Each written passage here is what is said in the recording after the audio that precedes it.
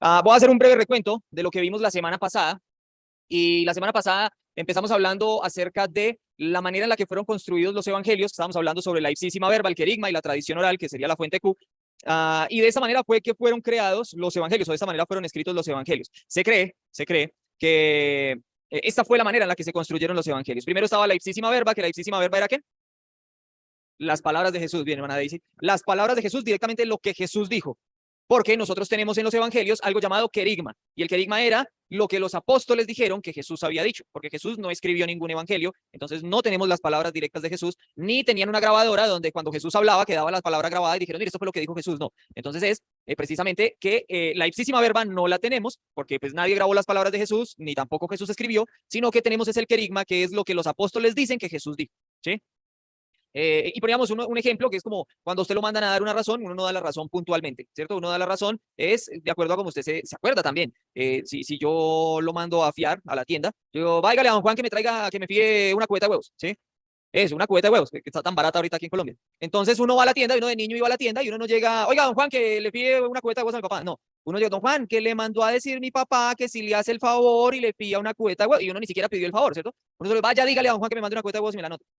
Pero él no va, oiga, Juan, que le dé una cubeta a mi papá de huevos y que se la anote. No, no lo dice directamente. Y eso hicieron los apóstoles. No lo dijeron tal cual como lo dijo Jesús, pero pues obviamente se acercaron demasiado a lo que Jesús dijo. Ahora, eso es conocido dentro de, y lo vamos a ver ahorita un poquito más adelante, y es algo que se llama la crítica, la crítica textual, y ellos analizan, con la crítica se analiza la manera en la que fueron dichas las cosas, quién lo dijo, cuándo lo dijo, en qué momento y por qué lo dijo, ¿sí? Y se recoge, por ejemplo, todas las variantes textuales que hay más de 5.000 variantes textuales del Nuevo Testamento, que lo habíamos dicho en la clase pasada, y uno dice, ¿cómo así? O sea que entonces, ¿cuál es el texto verdadero? Bueno, todos son el texto verdadero. ¿Por qué? Porque no son lo mismo en forma, pero sí son en fondo.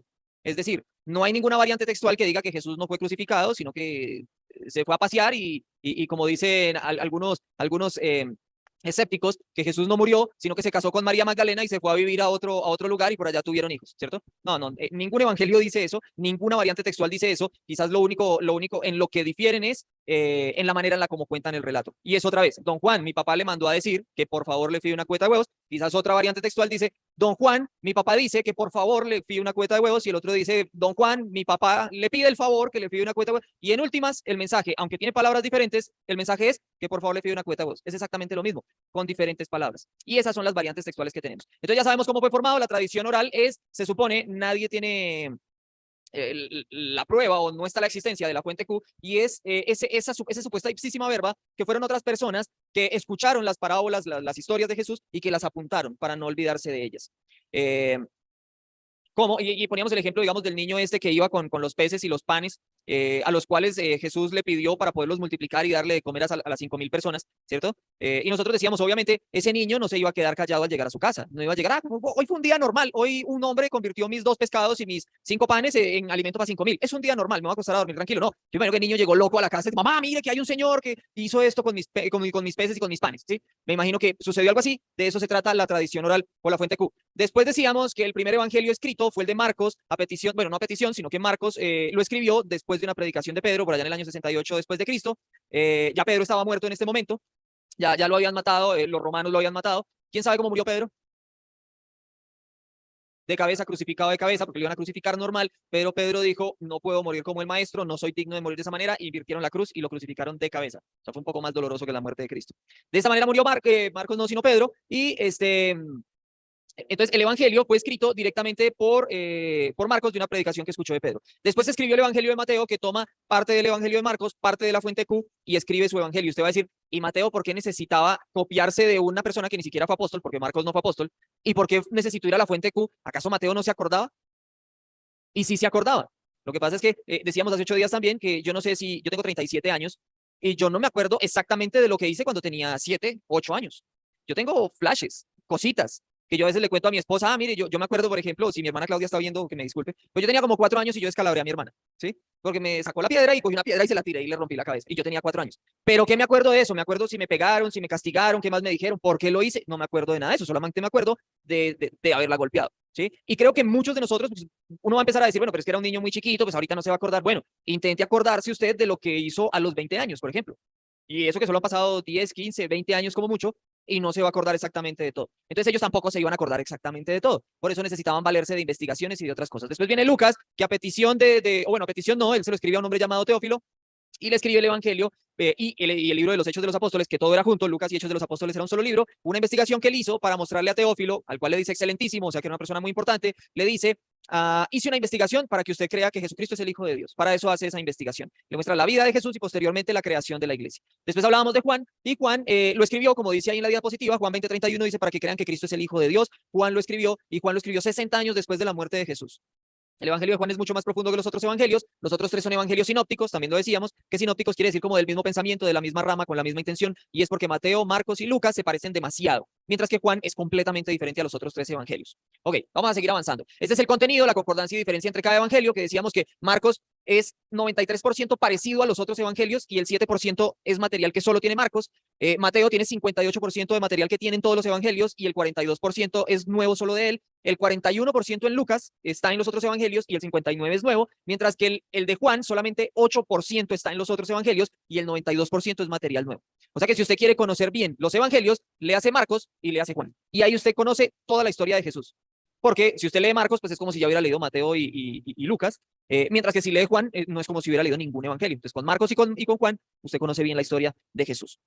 ¿Que cómo ve cada evangelista a Jesús? Bueno, decíamos que Mateo lo ve como un rey, es el nuevo y más poderoso Moisés, es el nuevo Adán, ¿sí? Y está escrito para los judíos, el evangelio de Mateo.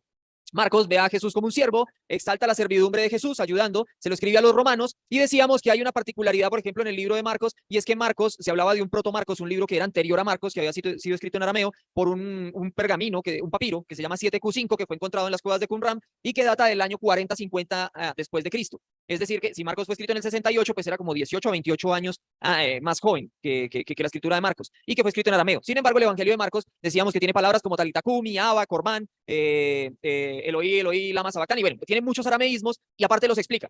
Y decíamos, es como si yo le dijera a usted, Alvarito tiene chaqueta de jean, es decir, tiene chaqueta de jean. O sea, ¿para qué voy a explicar algo que ustedes están comprendiendo? Y si eso fue escrito para los mismos judíos y fue escrito en arameo, ¿para qué va a escribir, por ejemplo, Abba, que traducido es padre? O niña, a ti te digo levántate, te digo talita kumi, que traducido es a ti te digo levántate. O sea, ¿para qué lo va a traducir si ellos comprendían? Entonces, eso nos desbarata esa teoría del proto-Marcos. Lucas fue escrito pues, por Lucas y ve a Jesús como el Hijo del Hombre.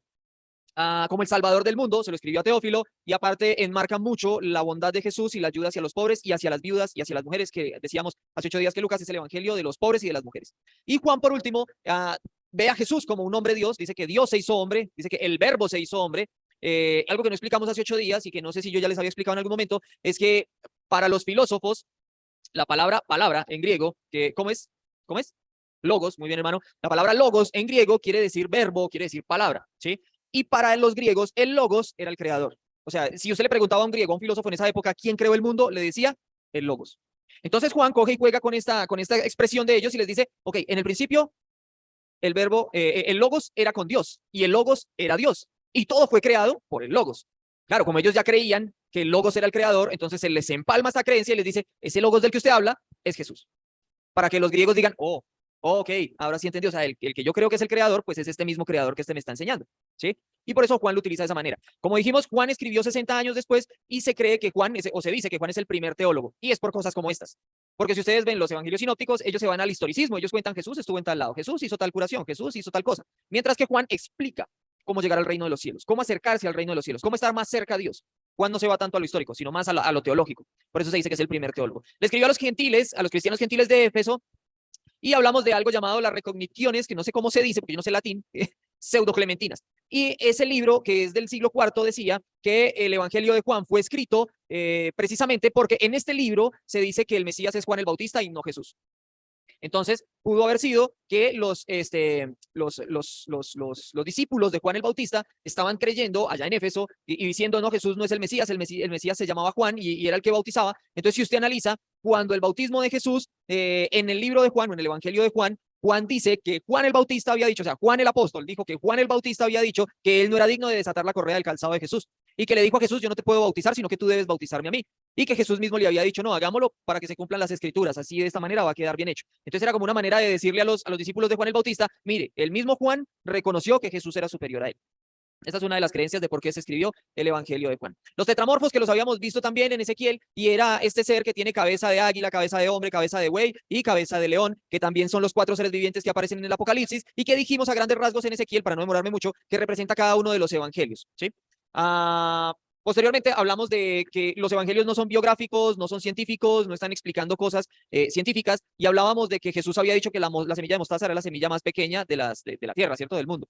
Entonces decíamos que no es así, sino que es la semilla de la orquídea epifita, y decíamos que esa semilla, que esa orquídea precisamente es la orquídea nacional de Colombia, que es la orquídea catleya. Entre muchas otras, son varias orquídeas epifitas, entre esas está la flor nacional de Colombia, que tiene la semilla más pequeña del mundo. Entonces podríamos decir que Jesús no sabía esas cosas. Y lo que decíamos hace 8 días es, sí lo sabía, él mismo las creó, pero no iba a ser lógico que él les dijera, el reino de los cielos es como la semilla de la orquídea epifita, porque todo el mundo le iba a decir que es la orquídea epifita, porque precisamente la orquídea, este tipo de orquídeas se dan en muchos lugares del mundo, excepto en los desiertos y en los polos. En los climas extremos no se da. O sea que nadie del contexto de Jesús la conocía. Y si él le ponía este ejemplo, pues iba a dejar loco a todo el mundo, ¿sí? Porque nadie iba a entender. Es como si viniera alguien del futuro, yo vengo del año 3000 y en el año 3000 existe el guachu guachu, ¿sí? Y usted dice, ¿qué es eso? No entiendo. Pues claro, no lo va a entender porque usted no lo conoce, ¿sí? Entonces no me va a poder enseñar algo con el guachu guachu porque realmente yo no lo conozco, eso no existe para mí. Y era ilógico que Jesús enseñara cosas que las personas no iban a entender en su momento. Y decíamos por eso, que por eso Pablo nunca escribió a los hermanos de la iglesia en Suba. En 2020 van a sufrir una pandemia y van a tener que transmitir sus cultos por Zoom, ¿sí? Porque iba a Iglesia de Cristo en Suba, ¿eso dónde queda? Exacto, ¿y qué es Internet? ¿Qué es Zoom? ¿Qué pandemia? ¿Qué es eso? Obviamente nadie le iba a entender. Y precisamente por eso esas cosas no están escritas, no es porque Dios no lo supiera. Veíamos también lo de los añadidos posteriores, decíamos que teníamos que tener mucho en cuenta los añadidos posteriores, porque se puede ver como un fraude, pero realmente no es un fraude. Añadidos posteriores quiere decir que usted en su Biblia, tanto católica, cristiana, evangélica, protestante, la Biblia que usted tenga, tiene añadidos posteriores. ¿Y por qué se da esto? Hablábamos específicamente del capítulo 16, versículo 9 al 20 de Marcos, donde termina abruptamente la lectura en Marcos y dice que las mujeres fueron a ver a Jesús a la tumba, pero que la tumba estaba vacía. Y fin. Entonces, obviamente, eso no tiene ningún sentido porque no está la ascensión de Jesús, Jesús no se le presentó a sus discípulos, Jesús no les dio la gran comisión, les faltaron muchas cosas, y resulta que ese añadido, porque en los documentos más antiguos, en los manuscritos más antiguos del siglo II, del siglo III, llega hasta el versículo 8, el capítulo 16 hasta el versículo 8. En los en los manuscritos posteriores ya empiezan a aparecer estos otros 11 versículos. Entonces dice, entonces eso es un fraude, y quizás lo sea, pero son añadidos precisamente porque el Evangelio de Lucas, el Evangelio de Mateo y el Evangelio de Juan sí registran una ascensión del Señor, sí registran la resurrección, sí registran la aparición a los discípulos. Inclusive el Evangelio de Juan va mucho más allá. Jesús está con ellos 50 días hasta el día de Pentecostés. Para nosotros en Mateo, Marcos y Lucas, él llega, se les presenta y asciende. Pero en el Evangelio de Juan, Jesús está con ellos 50 días. Se aparece días antes del Pentecostés. Que inclusive es cuando le dice a Pedro de qué manera va a morir. Que Jesús está asando unos pescados a la orilla del mar mientras ellos vienen en una barca, lo ven de lejos, se bajan, lo saludan y él habla con ellos, ¿sí? Entonces por eso se hacen estos añadidos. Al copista o al escriba que transcribió este evangelio le pareció que hacía falta esto y lo añadió. Pero no está diciendo mentiras porque los otros evangelios lo están registrando. Sería diferente si en ese evangelio apareciera y Jesús, después de haber resucitado, fue y mató a los romanos que lo mataron a él. Eso sí sería extraño, porque no aparece en ninguno de los otros evangelios, ¿sí? Solamente como una reafirmación. Y decíamos también que los masoretas, por ejemplo, al hacer las copias y todo esto, para los que saben un poco de hebreo, saben que las vocales en hebreo son punticos, rayitas, cositas raras, sí, pero como tipo puntos. Y si usted cierra su rollo y hay un zancudo, un mosquito, y preciso lo espicho ahí, le puede cambiar la palabra completamente, le puede decir paz y se la puede, con un puntico, se la puede cambiar a guerra. Es por poner un ejemplo, ¿no? Entonces la otra persona llegó a copiar y vio el puntico y dijo, ok, mire, aquí esto es guerra. Está raro, pero y así lo transcribe. Y pueden haber ciertos errores, por eso también hay variantes textuales. Pero no se asusten por eso, porque hay un grupo de lingüistas muy especializados que saben completamente lo que significa la sintaxis de una oración en diferentes idiomas y ellos se especializan en hacer las traducciones para que usted tenga lo más fiel posible a la traducción, esa transliteración o esa interpretación de la palabra. ¿Listo? Entonces no se preocupen que no es mentira lo que ustedes tienen en su mano. Y hasta ahí llegamos la semana pasada. Los últimos datos son, Marcos, redactado en Roma, posterior a la muerte de Pedro en el 64 al 67 y la de Pablo 67 en Roma bajo el mandato de Nerón. Ya habíamos dicho, Pedro murió crucificado también bajo el emperador romano Nerón en su momento. Recordemos que Nerón era un emperador loco. Nerón tenía delirios de persecución. Él no tenía problemas con los cristianos. Pero de un momento a otro él empezó a maquinar en su cabeza como mujer celosa o como marido celoso que todo el mundo lo quería matar.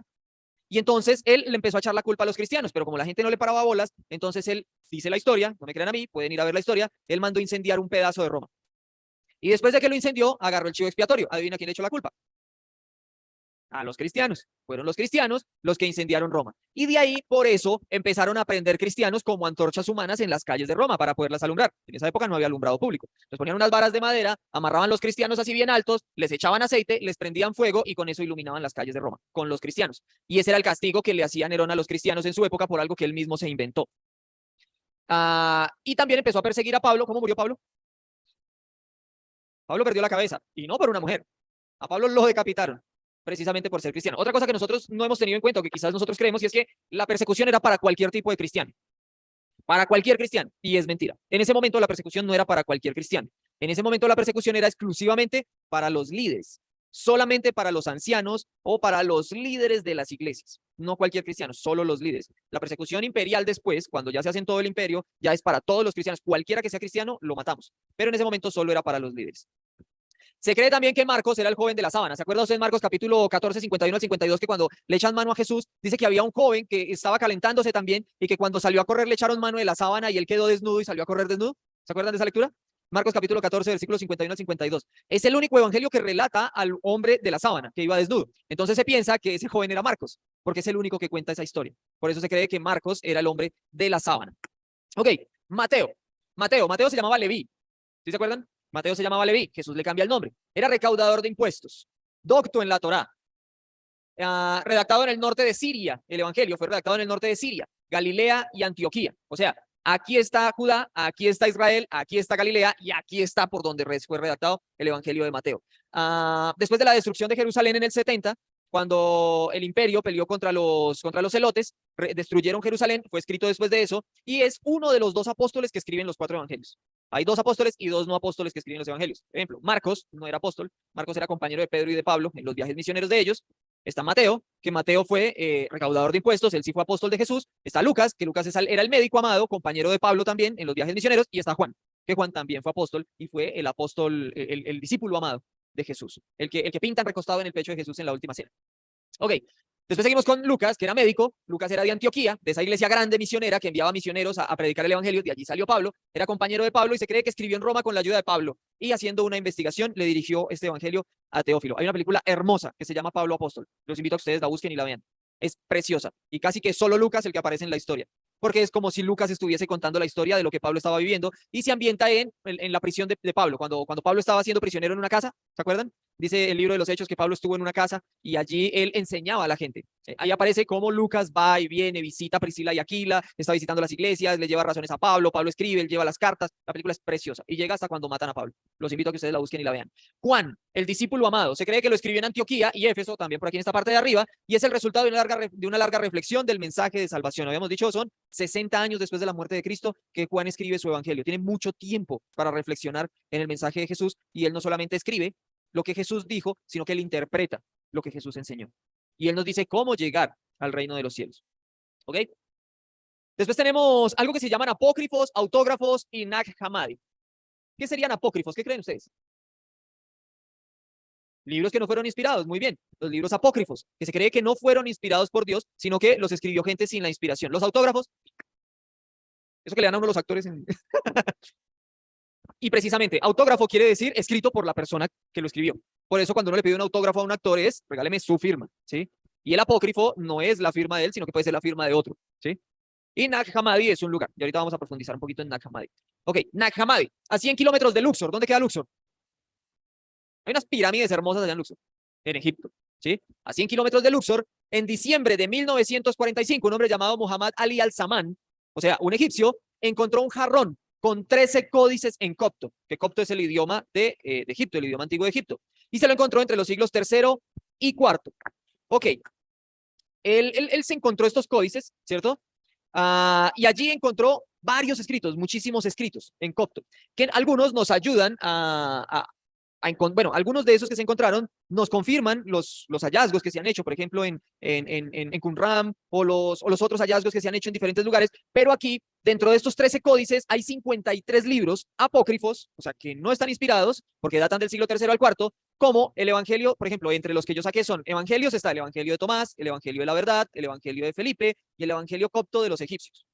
Hay Apocalipsis, por si usted creía que solo hay un Apocalipsis, no hay muchísimos Apocalipsis, y está el Apocalipsis de Pablo, primero y segundo Apocalipsis de Santiago, el Apocalipsis de Adán, el Apocalipsis gnóstico de Pedro.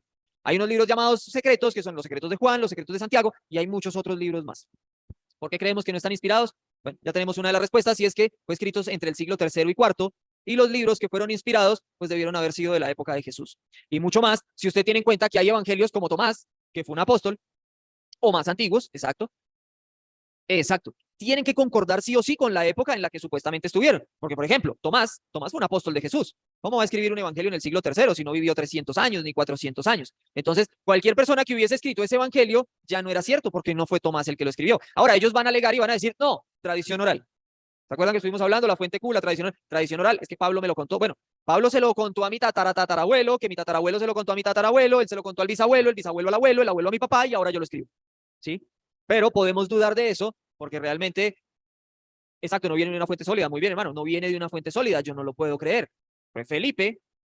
¿Se acuerdan quién era Felipe? ¿Quién? ¿El cuál? Sí, ese que bautizó al etíope. ¿Sí?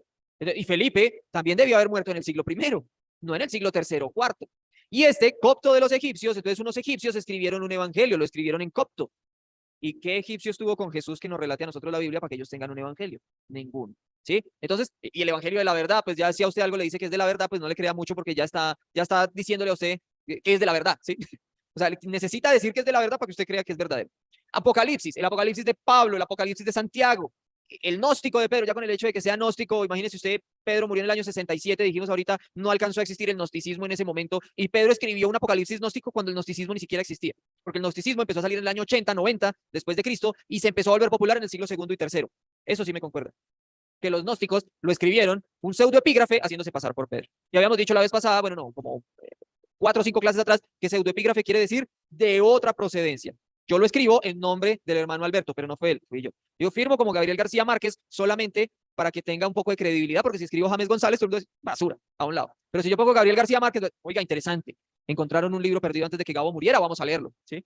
Pero si yo pongo James González, van a decir, basura, esto no sirve para nada. Póngalo ahí para madurar los aguacates, y eso, y eso. Ok, en estos apocalipsis, por ejemplo, vemos cómo Pablo, Santiago y Pedro ya habían muerto. Y no me diga Adán. O sea, Adán, ¿cómo va a escribir un apocalipsis cuando Adán es el primer hombre? ¿Cómo va a estar pronosticando el fin? Porque de eso se trata el apocalipsis, de hablar de los tiempos del fin de la maldad, cuando hasta ahora está empezando. Y bueno, el fin de la maldad para él era salir del jardín del Edén. De hecho, por culpa de él entró la maldad. En parte. Sí, él fue el primer pecador. Pues, si sacamos a la mujer de la ecuación, ¿no?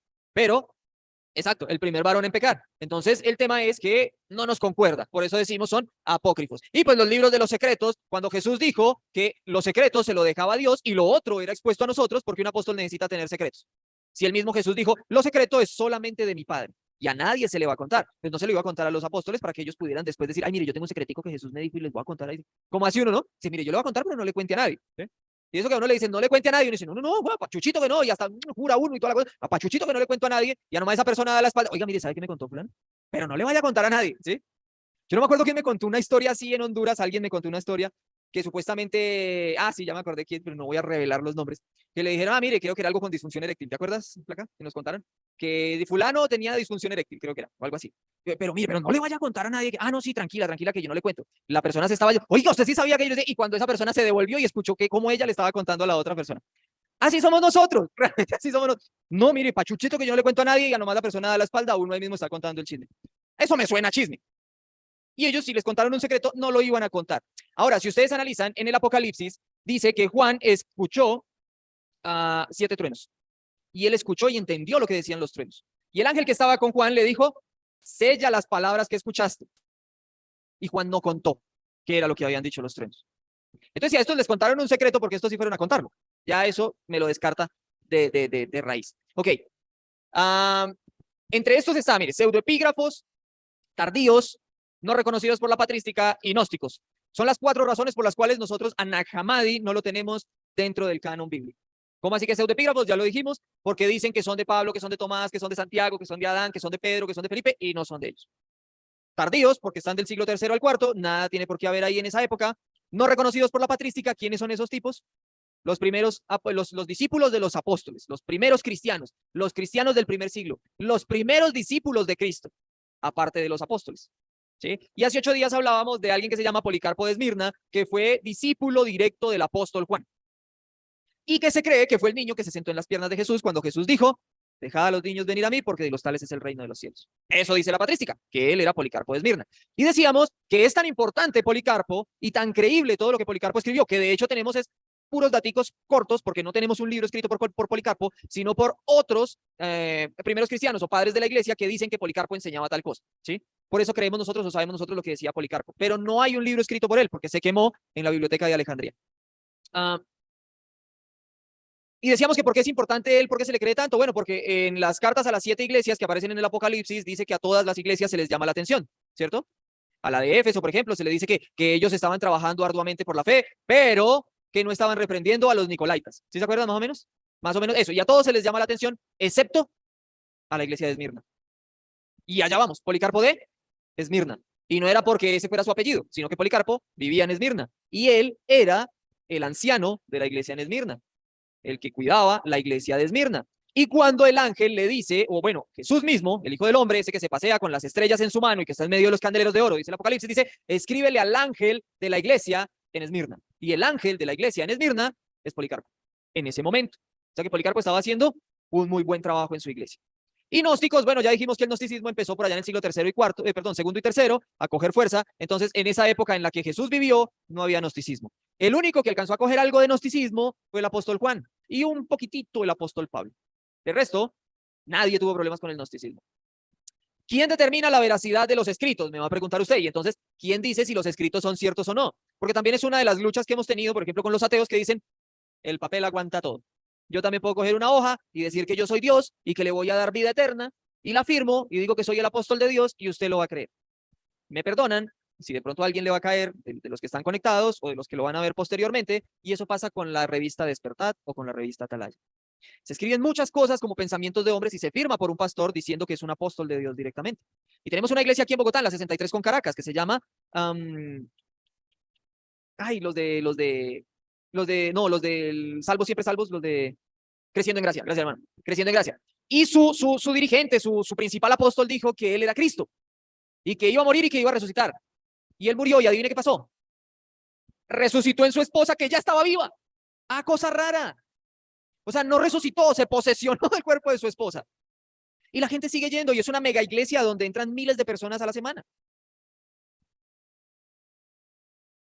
Exacto. Por eso, nosotros no podemos creer ante cualquier documento que está firmado solamente porque James González lo firmó y es apóstol del Señor. No. Ya las palabras de Dios quedaron escritas y están alojadas en la Biblia. ¿Y cómo se determina la veracidad de esa palabra? Ok, algo que se llama crítica bíblica. Y tenemos dos tipos de crítica, la baja crítica y la alta crítica. Y no es porque la baja crítica la escriba un enanito y la alta la escriba un hombre alto, o porque una sea más importante que la otra, sino porque fueron los nombres que le pusieron. Y la baja crítica, que también es la crítica textual, analiza lo siguiente. Estudia el vocabulario, las expresiones, la gramática y la sintaxis, entre otras. Es decir, que cuando yo les digo a ustedes que el Evangelio de Marcos no tiene un protoevangelio, es porque la crítica textual o la baja crítica ya lo analizó y me lo explicó. ¿Cómo? No pudo haber sido escrito en arameo porque tiene arameísmos que posteriormente los explica. Eso lo hace la baja crítica. Eso no lo hace James González. Eso lo hace gente con mucha experiencia, con mucho conocimiento, que dice, es ilógico que él explique un arameísmo si está escrito en arameo. No podemos decir domingo, que traducido es domingo, porque todo el mundo sabe de qué se está hablando, ¿sí? Esas expresiones, esa gramática, la sintaxis, la manera en la que están organizadas las oraciones. Para nosotros, por ejemplo, con mi esposa, nosotros estudiamos inglés y ella me dice, el inglés es muy complicado porque ellos no dicen la casa roja, sino la roja casa, ¿sí? Ellos todo lo combinan, en el inglés todo aparece raro, y si yo le digo a usted que el griego es mucho más difícil que el inglés, quizás usted me lo crea, pero el griego es mucho más difícil que el inglés, porque ellos pueden decir casa la roja, ¿sí? Si para usted es difícil que digamos, uno en español dice, el perro está jugando con el niño, y en inglés sería, the dog is playing with the child, ¿sí? Bueno, sí, también se dice, el perro está jugando con el niño en inglés. Vamos a decir que le modifico un poquito, pero en griego puede decir el niño jugando con la perro, ¿sí? O sea, es una cosa súper rara y usted tiene que analizar algo que se llama el genitivo, el dativo, ayúdenme los que saben un poquito de griego, el dativo, el genitivo, bueno, ellos tienen un poco de nombres así súper extraños y usted tiene que analizar cuál es el genitivo porque está escrito de una manera y al genitivo es al que le pertenece el verbo y el dativo es el que está bajo el genitivo y bueno, eso es un complique porque tienen como 5 cosas que usted tiene que analizarle a una oración. Ellos hacen ese análisis y por eso ellos se dan cuenta quién era letrado y quién no. Por ejemplo, para ellos, Lucas tiene un griego muy elevado y saben que Lucas era estudiado por la manera en la que escribe. Es como si usted ve, digamos, en español, para nosotros es más sencillo. Si usted ve que una persona escribe y cogió el balón y escribió cogió con J y balón con V. Entonces usted dice, esta persona no tenía mucho estudio porque tiene errores ortográficos. Pero si usted ve que dice, y cogió el balón y lo escribió con G y con B larga, usted dice, puede que tenga pudo tener buen estudio. Pero si aparte escribe, cogió con tilde en la O porque está en pasado y balón con tilde en la O porque es una palabra, espérame, esdrújula, grave y me falta la otra. No, ¿cómo? Aguda, gracias, amor. Eso, porque es una palabra aguda y aparte termina en N, entonces te dice, esta persona tuvo estudio porque está tildando las palabras, porque las acomoda bien. Es como cuando uno estudia redacción, yo pongo la coma donde a mí se me dé la gana. Yo pongo la coma donde necesito descansar. Pero usted en redacción no puede hacer eso, porque usted las oraciones las separa por puntos. Si yo voy a separar oraciones por puntos, yo voy a llenar de puntos todo, porque para mí todas son oraciones separadas. Yo no sé redactar de esa manera, ¿sí? Entonces yo todo pongo comas, comas, comas, comas, porque yo no sé redactar. Ahora, si usted ve una escritura mía, dice, bueno, el hombre tilda, quizás tiene buena ortografía, pero aquí va un punto y coma, aquí esto iba entre comillas. Y cuando usted ve que alguien redacta así, usted dice, esa persona estudió, esa persona sabe mucho, porque redacta muy bien, ¿sí? Eso lo estudia la baja crítica o la crítica textual, para saber quién lo escribió, por qué, cuándo, no, cómo lo escribió, si era una persona que sabía, si era una persona que no sabía. Después vamos a la alta crítica, y la alta crítica estudia la composición, el autor, el lugar, el motivo por el que fue escrito y el destinatario, entre otras cosas. Entonces, aquí ellos ya no estudian. Si él dijo talita kumi, a ti te digo levántate traducido, a ellos ya no les importa eso, a ellos solamente les importa quién lo escribió. Ah, ok, fue Marcos. Entonces, ¿cuándo lo escribió? Vamos a hacerle pruebas de carbono 14 para determinar la antigüedad del documento. Ah, ok, fue escrito en tal año, más o menos. Ah, ok, ¿para qué lo escribió? Entonces, ellos ya no analizan qué fue lo que escribió, sino a quién va dirigido y con qué intención se escribió. Entonces, este es el que nos dice que Mateo fue escrito para los judíos y que por eso él representa a Jesús como un rey para decirle a los judíos que no creían en Cristo, él es el Mesías que había de venir. Solo que no es un Mesías guerrero, sino que es un Mesías de amor. Él viene a liberarnos de manera espiritual, no de manera física. Ellos son los que nos dicen eso. Ellos son los que hacen todo ese análisis. Ok, mire, autógrafos. Y era lo que estábamos diciendo, los autógrafos son firmados por su propio autor. Yo no sé si usted se acuerda que en las cartas de Pablo, creo que es en Gálatas, si no estoy mal, al final dice, miren con cuán grandes letras os escribo, con mis propias letras, ¿sí? Yo mismo firmo la carta. Y de allí ha salido alguna teoría que dice que ese aguijón del que Pablo habla, que tiene que pasar en la carne, es porque Pablo sufría de los ojos después de la ceguera que le provocó Jesús camino a Damasco. Y por eso les está diciendo que él escribe con grandes letras porque está medio ciego y no puede ver bien y por eso escribe con grandes letras, ¿sí? Aunque yo lo entendería más bien que él escribe con grandes letras, pero no es con letras grandes de tamaño, sino con letras grandes de sentimiento. Les escribo con amor. Yo mismo les estoy escribiendo con amor. Aunque Pablo sí tenía un escriba. Él sí tenía un amanuense, se llamaba en esa época. Y era que él le dictaba a alguien y él escribía. Pero Pablo le quitaba al final y le decía, listo, póngamele punto final ahí, preste para acá y yo firmo. Pablo Apóstol. Eso es el autógrafo. Reconocidos por los padres de la iglesia. ¿Quiénes son los padres de la iglesia? Bueno, la misma patrística que dijimos. ¿Y por qué nosotros necesitamos saber que ellos lo reconocen? Porque ellos son los que están más cerca a Jesús. Fueron los que estuvieron más cerca a los apóstoles. No es lo mismo que yo le diga a usted, sí, Pablo lo hizo, Pablo lo escribió. ¿Sí? Hay un problema con la carta a los hebreos. Cuando lleguemos allá nos vamos a dar cuenta que no tenemos ni idea quién escribió la carta a los hebreos. Pero mucha gente jura y come tierra y dice, Pablo la escribió. ¿Dónde están las pruebas? Pablo la escribió, pero no hay pruebas. Pablo la escribió. ¿Por qué? Por fe. Pablo la escribió. Claro, a mí su fe no me dice nada. Yo puedo creer que la escribió Superman por fe. Batman escribió la Biblia, por fe se lo digo. No, porque yo estoy 2000 años después de ellos. Mientras que Clemente, mientras que el que les dije ahorita, Policarpo, todos ellos estuvieron cerquita. Ellos sí pueden decir, a mí me dijeron que Hebreos la escribió fulano, ¿sí? Pero resulta que con Hebreos no sabemos. Pero hay muchas cartas que no tienen firma y que la patrística dijo, esa carta la escribió fulano. A mí me lo dijeron. Esa carta me la enviaron a la iglesia, que fulano la había enviado, que fulanito la había escrito. Entonces ellos, sí, hermano. Ok, gracias, hermano Byron. El hermano Byron hace una aclaración y es que cuando nosotros escuchamos padres de la iglesia, también quizás traemos a nuestra memoria los padres o los sacerdotes de la iglesia católica, pero no se trata de ellos, ni es que ellos tengan alguna autoridad. Nosotros, de hecho, tenemos escritos de la patrística, de los padres de la iglesia, de los primeros cristianos, que no están dentro de la Biblia, sino que los tenemos como conocimiento alterno a la Biblia, ¿sí? Entonces, para que no nos hagamos ideas de que quizás son padres católicos, sacerdotes, sino que les llamamos padres de la iglesia porque fueron como los fundadores, los primeros que, bueno, no los fundadores porque fueron los apóstoles, pero sí los siguientes a los apóstoles.